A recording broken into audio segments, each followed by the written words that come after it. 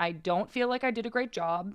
I actually went like this when I was done. Woo! Into the microphone in front of the whole stadium. And I literally was like, why did I just woo? You wooed? Did it have that kind of energy behind it? It went woo! Oh. It was so embarrassing. Hello, everybody, and welcome to Good Vibes FC. I'm Sam Ewis, and I'm coming to you from the Women's Game Satellite Office in LA. I'm Becky Sauerbrunn, coming to you from Portland, Oregon. Good Vibes FC is presented by our great friends at Olipop. Today on the podcast, we're recapping all the action that happened this past weekend in the NWSL, including a goalkeeper assist and the early Golden Boot leader. Surprise, surprise, everybody, it's Barbara Banda. We'll also get into the massive changes that could be coming to the WSL in England. And finally, we're taking a call from Tessa and Carrie about parent coaches. But first, Reba, what's up? I watched a lot of sports this weekend. I was just thinking about it. I watched the Washington-Houston game on Friday. I had brunch with Katie Donnelly at her house to watch the Portland KC game. Watched the Utah game later against Bay. Then Seattle Gotham after that. Then there was the first F1 race of the season, so we watched that. The next morning, which was, Sunday? We got Newcastle-Liverpool Carabao Cup final, which was sick. Timbers LA Galaxy game, also really good. And then we got stuck in the parking garage, and so we just put on the San Diego Angel City game and watched that. Oh my gosh, Becky, are you okay?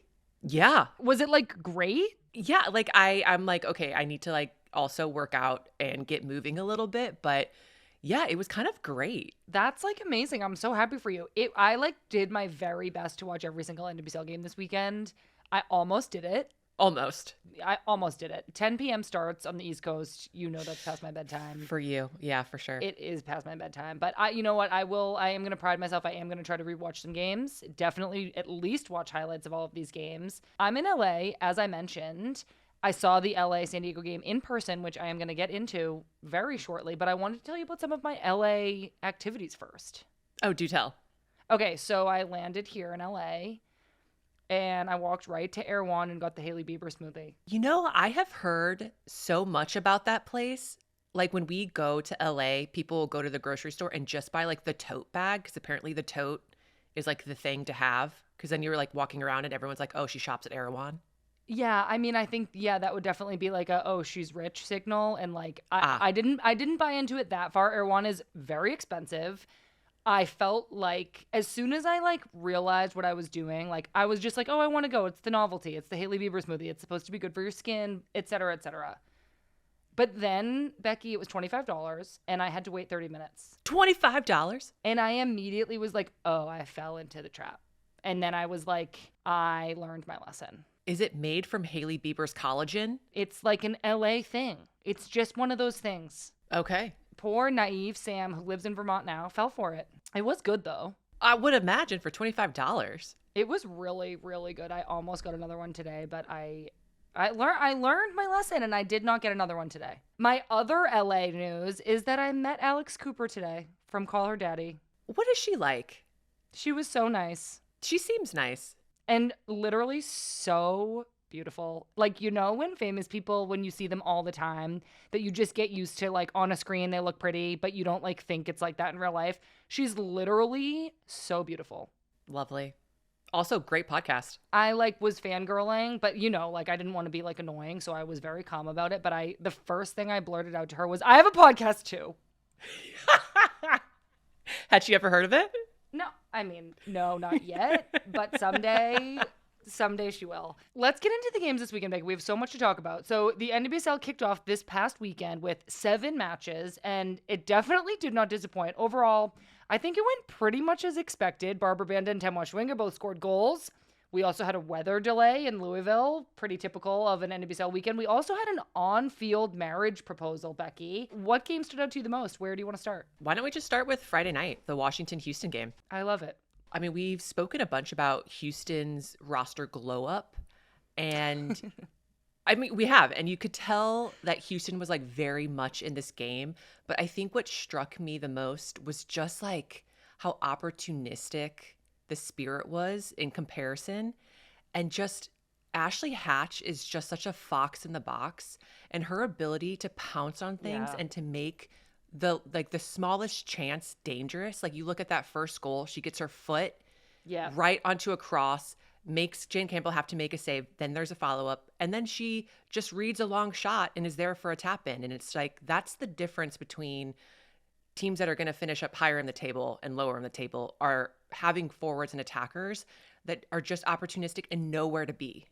Yeah, she has that edge in the box that you described as fox in the box. Can you give us a little more insight into what that means? And like, who is your quintessential fox in the box striker? I actually would give Abby Wambach a fox in the box term because, she was there for so many tap-in goals. Like, she was so good in the air, so we'll take nothing away from that. But the breakdown of the goals that she scored from different body parts, I saw this stat one time after one of our games, and it was ridiculous. It was like shoulders, thighs, stomach, butt. It's like you just are in the right place at the right time, and you make the most of absolutely everything. Like, there could be a 1 in 50 chance that this ball is going to bounce your way, but some forwards will just always make that run just in case. Yeah. And Hatchie is one of those forwards. Yeah, it's a compliment. I think people used to describe Ellen White from the English women's national team Totally. as fox in the box. Yep. I think sometimes even Lynn can be a fox in the box, pouncing just on loose balls, tap-ins. Like, it is being in the right place at the right time. So it's a compliment because you have good instincts as a forward. You're scoring goals. Like, of course it's a compliment. Like, fox in the box is like, it's not being a cherry picker. Like, those are, I think, two very different terms. For sure. But yeah, a fox in the box, you're just pouncing on things. And it's so difficult as a defender to go against those type of forwards because you have to read every single bounce. You have to be so pessimistic with every single chance. You have to follow up everything. It is so annoying to play against forwards like that. Well, Hatchie, that's our compliment for you. You're so annoying. Okay, also on Friday night, Orlando beat Chicago 6-0. Orlando looked a lot better than they did the week prior in the Challenge Cup, where I think that they were just, it was their first game of the season. They definitely looked, warmed up now in week 1. They came out fast and aggressive. Haley McCutcheon scored in the 7th minute. It was actually a really impressive strike from outside the box. And then Chicago, really just couldn't get it together, Becky. I was, keeping some notes during the game, and I kept just being like, I kind of feel bad for Chicago. It just isn't looking good. They're just not learning. It's just not getting any better. And I felt bad for them. They looked really overwhelmed with Orlando's attack. And then towards the end, Barbara Banda just wrapped up the scoring fest. She had a really influential overall game. She got an assist. And then in the 80th and 87th minutes, she scored 2 goals. And I think she was just like, I need to make sure I'm in the lead for Golden Boot from week 1 all the way through. So she's like, for the last 2 goals, I'll just put these in and score 2 amazing goals. Like, both of those goals were so good for different reasons. The Meg turn that put her in on goal, and then the composure with that finish, that was fantastic. And then the shot from distance was like, she can score any way she wants to score. I know. And even just waiting until it was 4-0 to be like, okay, my turn now. We're going to win. And here we go. I do have this vivid memory of you, Becky, slide tackling in the playoffs last year against Barbara Banda, and I wanted to see if you could give us a little bit of insight how did you try to defend her? What should defenders do? Oh, for me, it was always about getting numbers around her. So usually she likes to kind of post up on the right center back. And as a left center back, I was always kind of the cover player. So the first center back, it was like, if she's back to goal, you're getting right up on her and you were trying to prevent any sort of turn. So the ball can go by you, but she will not be going by you. So if it's a foul or if you just really have to body up, someone needs to put pressure on her right away. And then that other center back kind of sweeps things up. But if she is running towards goal and there's a long ball about to happen, you are just dropping your little heart out and giving as much buffer as possible. And because there's no helping anybody if she's behind your back line with the ball at her foot. That's probably a goal 9 times out of 10. So it's really about prevention. And if you can get some pressure on the ball from the ball carrier so that the serve into her is a little bit more difficult, every little thing helps. Yeah. Well, take note, everybody. I have a feeling we are going to be coming back to this. How do you try to defend Barbara Banda multiple times throughout this season of Good Vibes? Let's move on to Saturday. Kansas City came out hot. They beat your Portland Thorns 3-1. It only took Tem Wachwinga 2 minutes to get on the score sheet. Dabinia scored a goal. Dabinia looked to be in great form for Kansas City. Plus, Michelle Cooper scored a banger fresh off her first U.S. Women's National Team camp. That clip of Michelle Cooper's goal has since made SportsCenter, so shout out. But the game wasn't a wash for Portland. Olivia Moultrie put one away. Then she hit the crossbar on a penalty kick. Becky, I want to know what you think is going on in Portland and what you saw during this game. Well, when you look at the last opening day between these teams, it was a 5-4 goal fest. And so when Tema Chawinga scores in the first 2 minutes, you're just kind of like, oh no, here we go again. But I think Portland worked their way back into the game, especially in that second half. And I really think like had the PK gone in 3-2 with like a little over 10 minutes left in the NWSL, like you just really never know. I also kind of am watching this game because you're missing Sophia Wilson, you're missing Morgan Weaver. So two really important attackers for the Thorns. And so I was really looking to see like who can step up and to not really fill these shoes, because I don't think the profile of player is the same, but how do you then become the engine of the attack? And so that's what I'm really looking forward to seeing who steps up this season. Pressure on, Becky. Who do you think it will be? I don't know. I think from that game, I would say that I would want players that can work with one another and really use each other to break pressure. I think the team, if you're missing kind of these 1v1 duelers like Weaver and Wilson, that you need to find players that can like still be dangerous, but maybe in different ways. And so I think against Kansas City, I'm going to give credit to their defensive shape, to their back line. I thought they made it really difficult for us as Portland. And I think players got isolated, and I think that's not where we're going to thrive. We're going to need to find ways to be dangerous by playing 1-2s combinations and figuring out kind of a back to goal, who's stretching and who's going to just kind of make up those different tactics. Another thing we're going to keep our eye on this season from Portland. A couple other things I wanted to mention from this weekend's games. Mandy McGlynn, goalkeeper for Utah and the U.S. Women's National Team, assisted Bianca St. George on Utah's goal in their game against Bay FC. A goalkeeper assist is like obviously pretty rare. It's not unheard of, but I was thinking like this ball and this vision and this execution from Mandy McGlynn is definitely making all of this talk we've been hearing about her distribution abilities for the national team like ring true. I'm really excited about Mandy McGlynn's ability to play out of the back. Then later in the game, Kiki Pickett answered with an absolute screamer for Bay to tie things up. There was nothing Mandy McGlynn could do to stop that. That game ended 1-1. You know, of all the games this weekend, the first half of this one might have been my favorite. I think it was the most enjoyable. I really liked the way the teams were trying to play out of the back. I liked that it was high press. I thought the attacking was a little bit more fluid. Players were trying to like play through lines. So it was like just super enjoyable. And I texted you that. I was like, you should be watching this game. I was watching that game. And do you want to know the other thing I kept being like is how come everybody's getting their feet stepped on? Did you notice that? Oh, yeah. It was literally foot stomp after foot stomp. The trainers coming out were probably like, okay, I just treated this. So we're running out of the special spray. Literally. I don't know like what it was about the game, but everybody's foot was getting stepped on.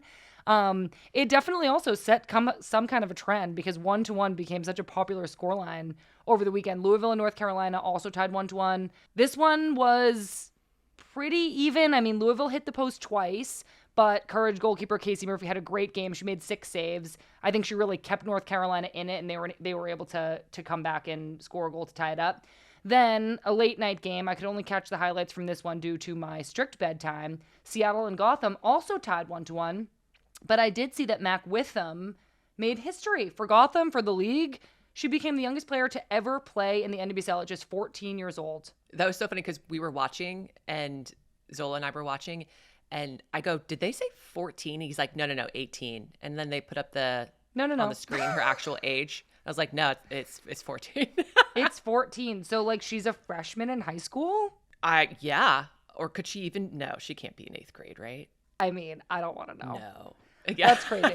I mean, eyes will be on her, like, very exciting. I think, we'll see. It's pretty cool. I mean, what were you doing at 14? I was a freshman in high school. The cool 14-year-old? No. I was... Playing varsity soccer? No, I was such a tall weirdo. Like, I feel like I grew so fast that in 9th grade, like, I was just like a giant, like, lumbering down the halls. And, like, yeah, I was good at soccer, but, like, it wasn't cool to be freakishly good at anything in high school until we, like, got older, Yeah, that's really sad. What were you like at 14? I was super short. I had not hit my growth spurt. I had a terrible haircut. So when I played soccer, I had to put it up in, like, 2 kind of pigtails, and I got made fun of rightfully so. There was a terrible hairstyle. But yeah, like 14 is a tough age. That was a tough age for me. It's a tough age. It's a really tough age. But, I mean, power to you, Mac Witham. We are rooting for you. I also wanted to mention Gabby Portillo, who signed with Gotham in the offseason from Brazil, really introduced herself to the league and to Gotham fans. She scored a great volley from range. I'm super excited about her. I think she really, burst onto my radar at the Olympics last summer for Brazil, and I think she's an incredible addition to the league and to Gotham, so I'm excited to see her play more this year. Yeah, I was really intrigued to see how Seattle was going to start the season because I think if you talk to any of them, they felt like they underperformed last season. And I wasn't really interested in the tactics or the style of play necessarily. It was just kind of more that X factor, like that tangible feel of when you watch a team that they're in it. They're going to put a shift in. They're going to fight. Yeah.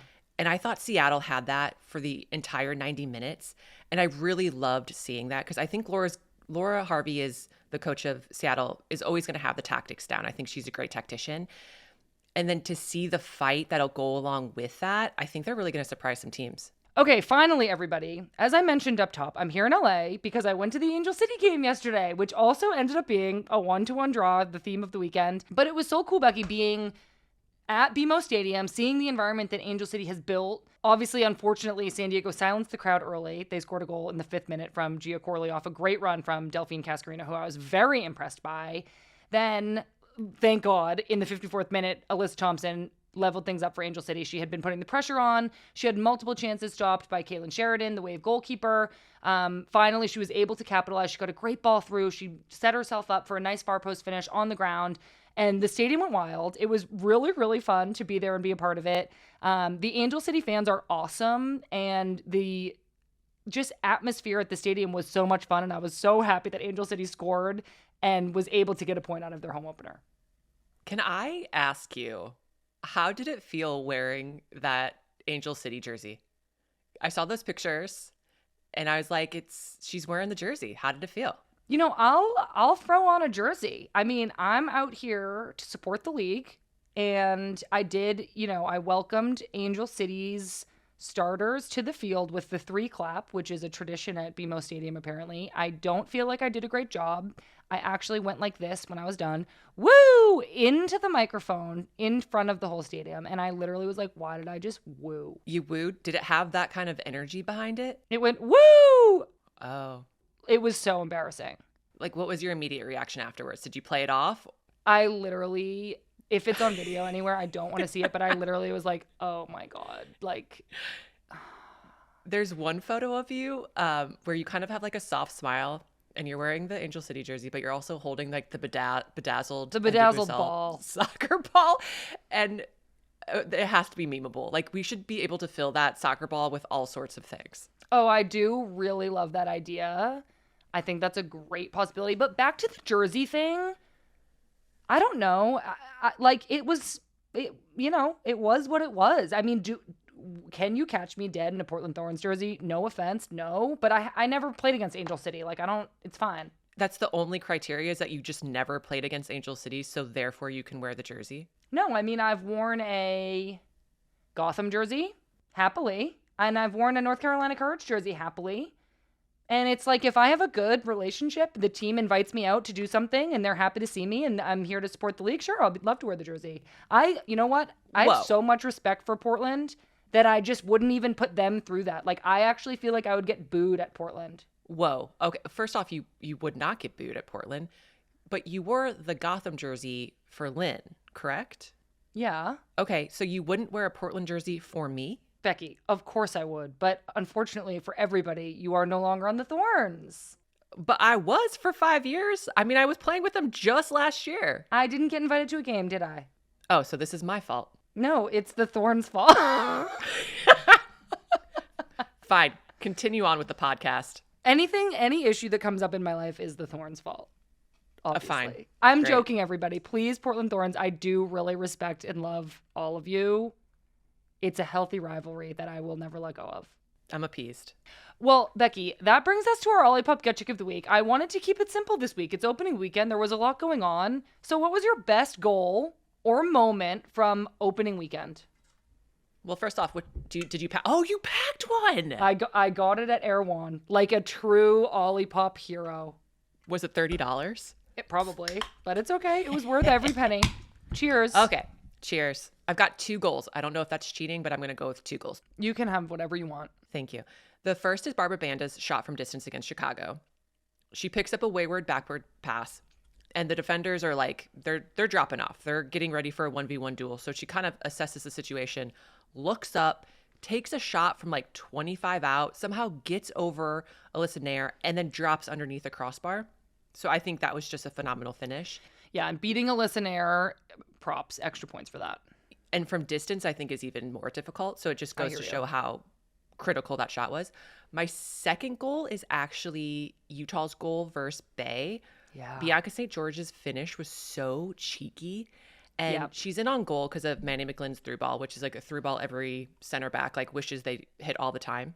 And she takes this really like quick right-footed prep touch and then toe pokes it with her left. So it gets a little bit off the ground and it just gets around the Bay's goalkeeper. And the disguise of it was so good. Like on replay, I was like, that's an excellent finish. I completely agree because you know what we saw actually a few times this weekend? Sometimes a striker in that situation will try to dribble the goalkeeper. And we saw multiple times the goalkeeper make a save when the striker was trying to dribble around them. So I loved that early finish from Bianca St. George, and I love that you called out that goal as your favorite because it was a really, really good one. Mine is actually going to be Kiki Pickett's goal for Bay FC. She had this ball laid back to her. She struck it so well from about 25 yards out. It kind of kisses off the post and goes in. It was a huge moment for Bay. And an incredible strike from 25-year-old Kiki Pickett. I really, really liked that one. But as I mentioned earlier, Michelle Cooper's strike did already make SportsCenter, so I feel like that one is worth mentioning. There were some absolute bangers this weekend, and that is our Olipop Gut Check of the Week. What was your favorite goal this weekend? Let us know in the comments, and huge shout out to our friends at Olipop. Okay, Becky, and everybody, those of you who are fans of TWG across all of our platforms, I put out a top 25 list of NWSL players heading into this season. I promised to read your comments and opinions, and I read them, everybody. I read all the comments on all of the posts. I wanted to see what everybody thought of my list because I am a people pleaser. And everybody, overall, I agree with you. The comments suggested Ali Sentnor the most. Obviously, I'm with you there. Ali Sentnor is an incredible player, and she will be on many future iterations of this list. Some other names I admittedly overlooked. Obviously, Midge Purse is a huge one. She's coming back from injury this year. She was the 2023 NWSL Championship MVP. And we'll hope to see her back on the field for Gotham very soon. The other ones I was kicking myself for leaving off were Kaylin Sheridan, Delphine Cascarino, and Alyssa Thompson, especially after seeing those 3 play the other day. Then, guys, Lola Bonta, Rachel Kundunanji, Ella Stevens, Abby Dahl, Kemper, Hal Hirschfeld, Jessie Fleming, Gabby Porcillo. I could keep going, and I do hear you, Louisville. I want Emma Sears or Savannah DeMello on this list too, trust me. Becky, just rein me in here because I could keep apologizing for my list, or I could just say, this was my top 25 list, everybody. Yes, it was my opinion. Do you think I was reasonable with my list?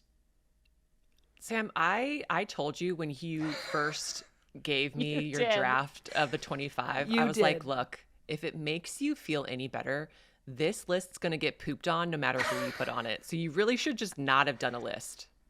Well, you know what? It was a great exercise for me in evaluating my players, being like, yeah, this is my subjective list. A lot of these players are players that I've played with in the league and have so much respect for. There, by no means is this an objective list that I am 100% right, but it was fun, and I do truly appreciate everybody's feedback. Becky, I hope you enjoyed your little cameo. Where you tried to blame the 25 on me? I tried to establish that it was possible that you were involved. You were such a little sneak. Even though you really weren't. But I think that maybe we should put you on the hook to make a list of your own. No, I don't need an exercise in criticism. Becky says no, everybody. I did ask. Let's all hit Becky up with suggestions to make her own lists. With that, we do need to take a quick break, but when we come back, we're talking WSL relegation, so don't go anywhere. Welcome back, everybody. So, Becky, one thing I've been really wanting to discuss with you is the WPLL's proposed plan for a temporary halt on relegation in the WSL and Championship divisions in England. And I was hoping you could talk us through their proposal a little bit. Sure. So the WPLL stands for the Women's Professional Leagues Limited, which is the group that has taken over the WSL and Championship divisions of women's football in England. And they have proposed to pause relegation from the WSL. And this proposal is part of a plan to expand both leagues to 16 teams. Currently, the top flight has 12, and then the Championship has 11. And then potentially things could go back to normal with relegation after, I think 4 years is what they stated. I want to chat through the pros and cons of this, but I'm obviously going to give my opinion. Really, I'm thinking about how this feels to me like it's like a business first proposal. So I'm thinking of it as kind of like business versus sport and like the heart and soul of the game. And so I'm appreciative of the fact that relegation could get reinstated after this period of 4 years, like you mentioned, Becky. Like it might not be a permanent change. But I think my take is that I don't want to lose this crucial element of English football for the sake of a business decision. Like I don't want to give that up in order to just like have people in an office in a conference room making this decision for like the dollars and cents behind it. I feel like relegation adds something to the WSL and to English football that feels so fundamental. Like there's always something to play for. There's jeopardy and tension even between the two last place teams at the end of the season. That's something we actually don't really have here in the NWSL, where maybe towards the end of the year, if you're out of playoffs, there isn't that much left to play for. And so I just feel that relegation is crucial. And my other argument is that it actually is the incentive for owners to invest and maintain their position in the higher league. I feel that without this threat of going down, what's going to stop the bottom of the table team's owners from giving even less to their women's teams and investing even less? Like there is no threat to come in last place. To talk about your first point about like the soccer, I agree. I think it does take away from the spirit of the game and the drama that happens that leads up to the end of the season when all the games are being played at the same time on the last match day. Yeah. And people are watching kind of the last place teams instead of the top teams because they want to see that like that fight, that true like sporting spirit that comes out when so much is on the line and like the community is behind the team. And there's just feels like there's so much writing on it. And then I also look at it from an investment standpoint and where the women's game is globally. And we still need investment and we need owners that have deep pockets. We need sponsors who want to put their brands on the front of jerseys and all around these stadiums. And so I'm thinking like, well, how do you get this investment? How do you provide these entities with some security that they might not otherwise have in a sport that is wildly unpredictable with relegation? So you guarantee them 4 years of top flight football without the threat of relegation, where teams like when you get relegated, you kind of fall from relevance and you don't get as many eyes on the sponsors or on the games and you get less return on that investment. And so I feel like it's tough because women's soccer has moved away from being this like charity in quotes. You know, how many times did we hear throughout our fight for equal pay that like women's soccer at this point, it's not a business where you can make money. It's more of a charity. We're giving money to you that you're losing. And so I feel like on this road of moving from being a charity in quotes, which I hate that word, to being like a real business endeavor. Yeah. How on this road do we find solutions to make sure we're still getting these investments? I appreciate that you framed it like that because what that makes me think of is Michelle Kang, who really to me, in my understanding of like the business side of the game, is the first owner to come into women's soccer and be like, I'm not doing this as a social impact initiative. I'm not doing this for charity. I'm doing this because it's a smart investment. It's a good business decision for me. And I think that that's like revolutionized the Washington Spirit. Michelle King is also the owner of the London City Lionesses, who she acquired in 2023. Just 14 months after she took this team over, they're already looking really good. They're sitting in second place in the championship standings after finishing 8th last year. They're only 3 points behind Birmingham City. There's 5 match days left. So they could put themselves in this position to get promoted because Michelle Kang is one of these owners, one of these very rare owners, especially in England, who's like, she is doing this as a business decision, which does combat my point of like, we don't want to lose the soul of the game. And I find it so interesting that your point, it's like, it does have to be a balance of this thing that's really fundamental to English football and this path that we're going down that's like, well, this is a business now, and who's making the calls? Yeah, and also, if only there were more Michelle Kangs in the world, because then we would not be having these problems. No, we wouldn't be having any problems. No problems at all. But like, not all owners have that same like economic profile. And also, like, unfortunately, like, fortunes do change, especially like in this society and economy.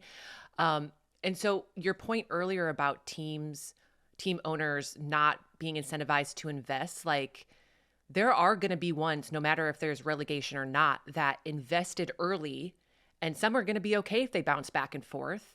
And then there is no real incentive to do it anyway. So my only like hope is that the WPLL will have kind of not guardrails, but like a floor that these top 16 teams need to be investing at a certain amount or a certain rate over those 4 years to prevent this complacency from happening.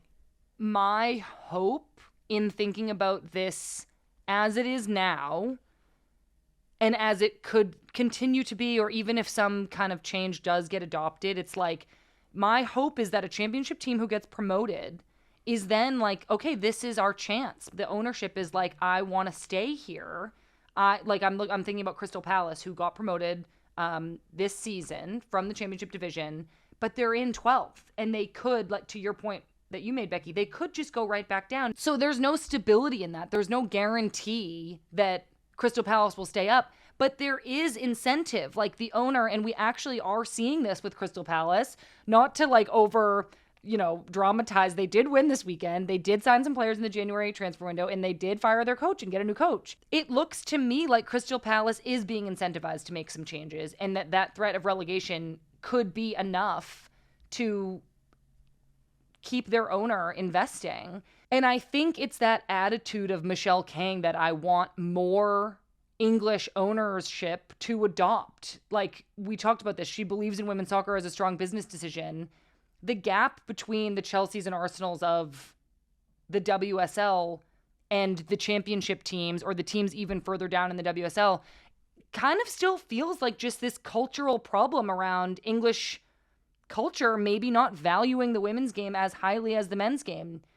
I don't think that many owners of the Premier League teams, any of them, are putting the kind of thought and care into their women's teams that it would require in order to really close the gap.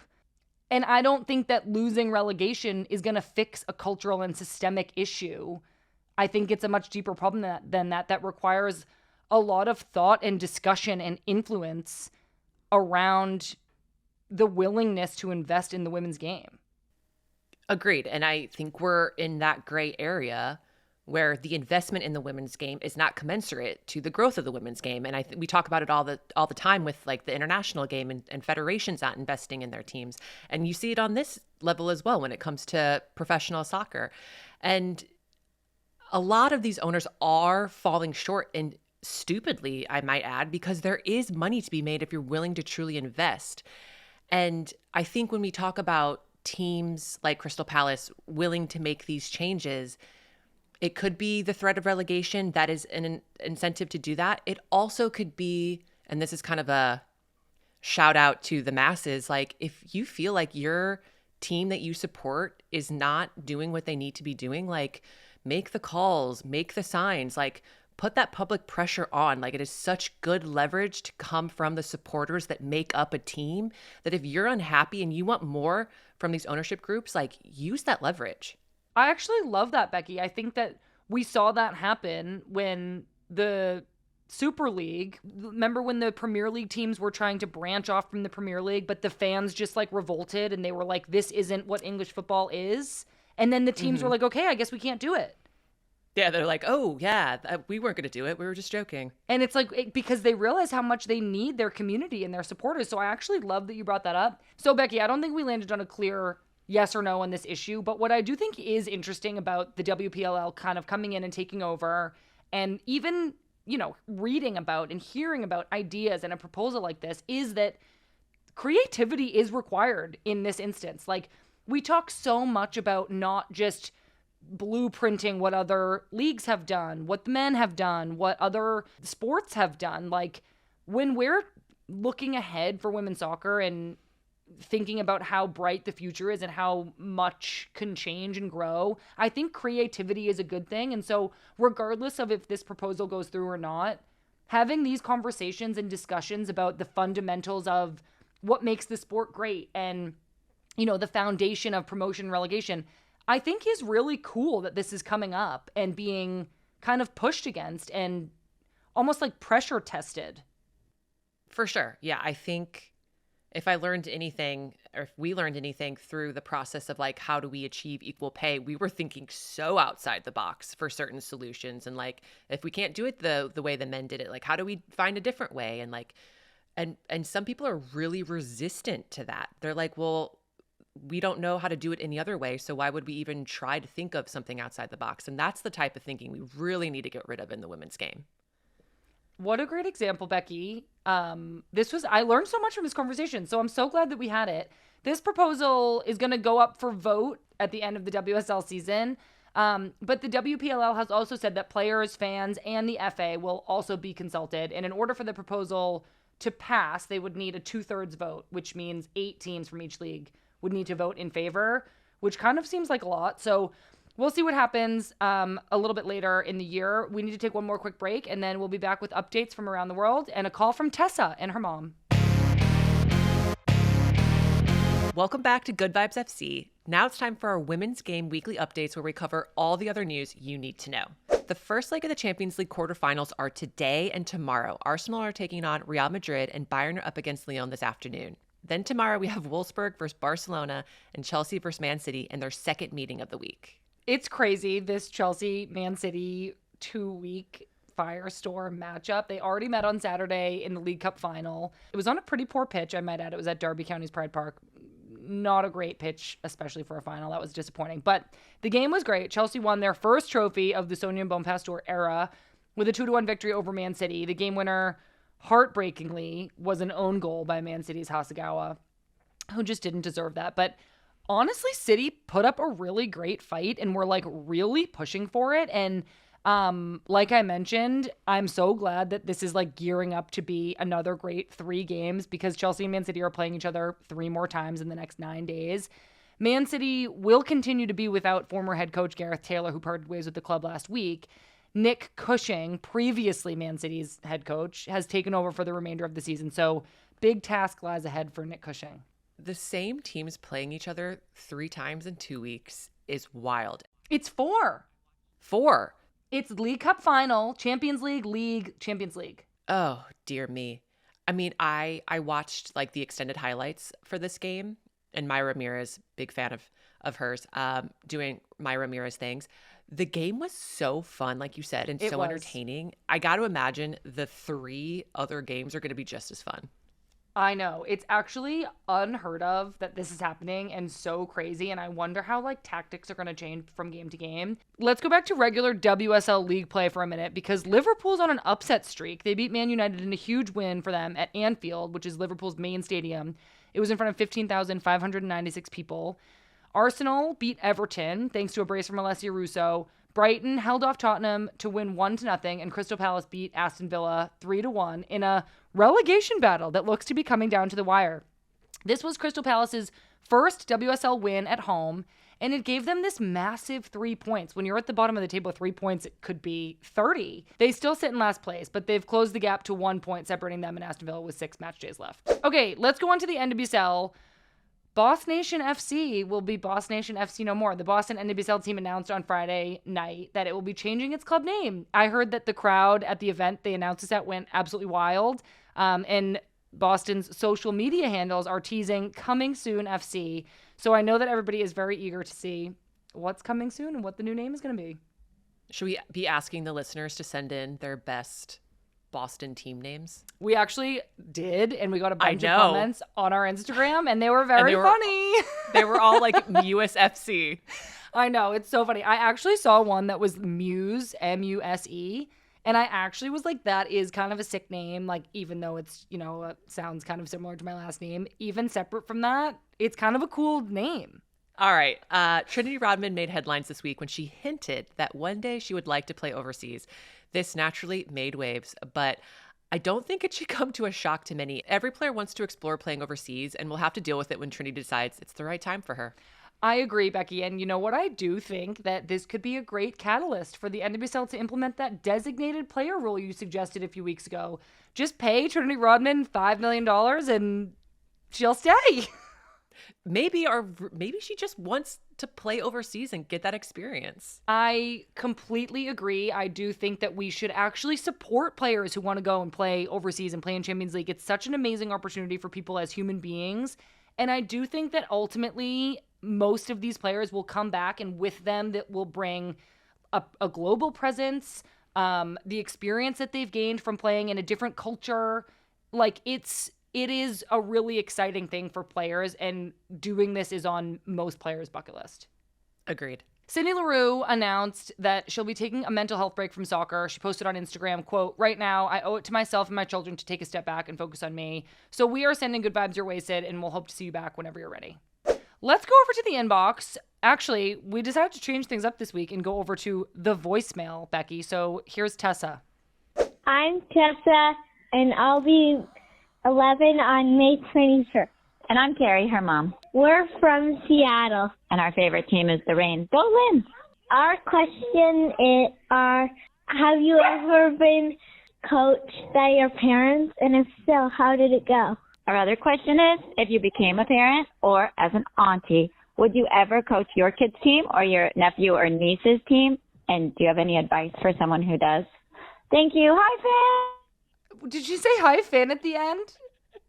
I think so. Oh my God, that was literally so cute. Tessa and Carrie, thank you so much for calling. I'm like obsessed with doing the voicemail and hearing everybody's voices. Yeah, that was adorable. That was really cute. Okay, so Tessa and Carrie's question, have you ever been coached by your parents, Becky? No, so when I first started playing soccer, it was this, like, our township had a little athletic association. It was called the OAA, Olivet Athletic Association. And you'd go to our local park and like someone's parents would just be your coach. And so for like a bunch of years, our coach was just my teammate's dad, and he was a cardiologist. So sometimes he would be on call and he would have to leave, and it was like, okay, next parent up. And it was never either of my parents, but it was just like completely normal and like really lovely because it got everyone involved and like made a real sense of community out of the sport, which was awesome. That is really lovely. My parents both coached me in different sports. My dad coached Christy and I in soccer. My mom coached Christy and I in basketball. Oh, wow. Generally, it went really well, especially the soccer part. Obviously, my dad was a really great coach. He actually like assistant coached my club team, like my whole club career up until we were like U19s. And I had no idea. Yeah. And my team like loves my dad. Like my team was obsessed with him. He was just such a great guy to have around and like would pull players aside. And, you know, my dad is like really, really awesome. So that was super fun. And I think I learned a lot from him, not just about like soccer. I mean, my dad played soccer in college, but I remember he would always say to my team when we'd lose or when something would go bad, he would go, I need everybody to look at themselves in the mirror and not point fingers. And I think it really like instilled in me and all of us this sense of like accountability and of instead of saying, well, it was the coach's fault or the ref's fault or it was my teammate's fault, we all would not internalize in a bad way, but go, okay, what could I have done to change this? And what was my responsibility that I didn't like uphold? And I just, as now a 32-year-old woman, I'm like, that was a really important life lesson that I learned because my dad was my coach. Yeah, no wonder you and Christy just turned out so great. There is also actually, because I spent so much time with my dad, I do have to say really quick, My mom coaching basketball was so competitive. And like, I am so glad that my mom played D1 basketball at Northeastern. So she was like really good. And she was so competitive as a coach that there is this like infamous story. She's probably going to be so mad at me for telling this, where she like got mad at, this was like town basketball, and she like got mad and slammed her clipboard down and got a technical foul at like 6th grade basketball. And like, I think that like in the same way that, you know, the story about my dad is like, I hope, telling of how Christy and I turned out, I think that is too. Like, I think that like kind of crazed competitiveness, which I do love and also really helped me get to a high level in soccer, comes directly from my mom. And I think that that's like crazy and like really cool and funny. So because you've had such wonderful experiences of having your parents coach you, would you then coach any children that you have, or like, let's say Christy's kid? I would literally love to coach Christy's kid. I think, yeah, I don't think about having my own kids very often. I don't think that's going to come as a surprise to anybody that knows me. Not saying it will never happen, but it's just not happening anytime soon. I feel like I might freak them out too much. Like, I might like try to turn them into myself, you know, and be like, why are you not, you know what I mean? I feel like I might overdo it. How do you think you would be at it? Well, I guess, like, do you think if you were to coach a soccer team, do you think you being you would put like kind of undue pressure on anybody that's related to you? Because it's like, hey, this is Sam Ewis, your coach, who played international soccer and competed and won a World Cup. Like, you have this resume that, like, don't you think it could be a little, I don't know, overshadowing? Yeah. Yeah. I don't know. But do you think as an aunt, like now I'm kind of like, I imagine that like I wouldn't do that to my niece or nephew. I imagine that I would just be like so psyched and like excited to be a part of their life that I would just be like, you do you, kid. For sure. For sure. I don't know think, though. Yeah. Like, I was thinking, like, if there was any advice I'd give to someone who was coaching someone that they were related to, I would say, like, take your cues from the kid. Like, if that kid wants to, like, hey, will you go out and kick the ball around with me? Like, sure, like, absolutely. Yeah. I wouldn't like force that. I wouldn't look at the kid and be like, hey, do you want to work on that Cruyff turn that we were talking about? Like, let me show you some video. Get off the couch. Let's go. Yeah, exactly. That reminds me of an instance where I think it was the summer before going to UVA, and I was in the living room with my dad just chilling, and he was like, kind of looked at me and was like, do you think you should go for a run? And I kind of looked at him, and he kind of looked at me, and we just kind of nodded at each other, and he realized that he should never again suggest how I should prepare for We're not doing this, season. We're not doing this. Take your cue from me. So that's, I would say, like, as far as your kid wants to go, like, help them get there, or whoever you're related to, but like, just don't force it. Let that like love for the game come from like your exuberance and like just wanting to hang out with them. I love that. I think my advice would also be to talk through a lot with your kid that you'll have different boundaries when you're being the coach or being the parent. And even sometimes asking, do you need me to be your parent right now, or do you need me to be your coach? I remember sometimes having that conversation with my dad and just being like, I think I just need you to tell me, you know, that I'm good and that everything's going to be okay as a dad. But at other times I would seek him out specifically to be like, tactically, technically, what mistakes did I make? And like, why did we lose that game? And why couldn't I score a goal? And I think helping your kid understand that you'll play a different role for them when you're around the whole team or when you're at home, and that you guys can communicate through that and like help each other learn what the other one needs from you at any given time. That is some sage advice. Hey, may not be a parent, but I have parents, and you know what? I can give some advice. Okay, this was a really fun question, Tessa and Carrie. We talked about that for a while. I love that you called in. So everybody who wants to ask us a question of their own, you can email us at womensgamemib@menandblazers.com, or you can call us. The banana phone is always open. You can call 855-611-4050 and leave us a message. We might play it on the show. Okay, Becky. Really quickly, we did get a great email last week on our episode with Lynn. This was from Katie. She asked what our plan B career would have been if we didn't get to be professional soccer players. And Lynn and I were making guesses on what you would have said, so I thought we'd come straight to the source. Well, you guys said video game programmer for me. I said video game tester. Like you get to just like go play video gosh. games and like let people know if there are any bugs. That would be sick, and I absolutely would love that. Did you have any other guesses? Well, yeah, we said cat breeder or I think like a novelist. I don't remember using that term, but that's what we have. Okay, well, never a cat breeder. I'm a adopt my cats type of gal. Okay. Yeah, like my cats Fair are enough. euthanization saves, neighbor drop-offs, or like an animal hospital foster fail. Okay, So I'm gonna update my cat breeder to just like general cat hero. In cat hero's fine. I'll cat take hero, cat hero. You'll take. Yeah. Okay. So video game tester for sure. That's like a missed calling. But Sam, you're gonna find this so funny. So when I was little, would make my own like radio station, and I'd have like a radio setup, and I would host my own shows, and they would Shut up.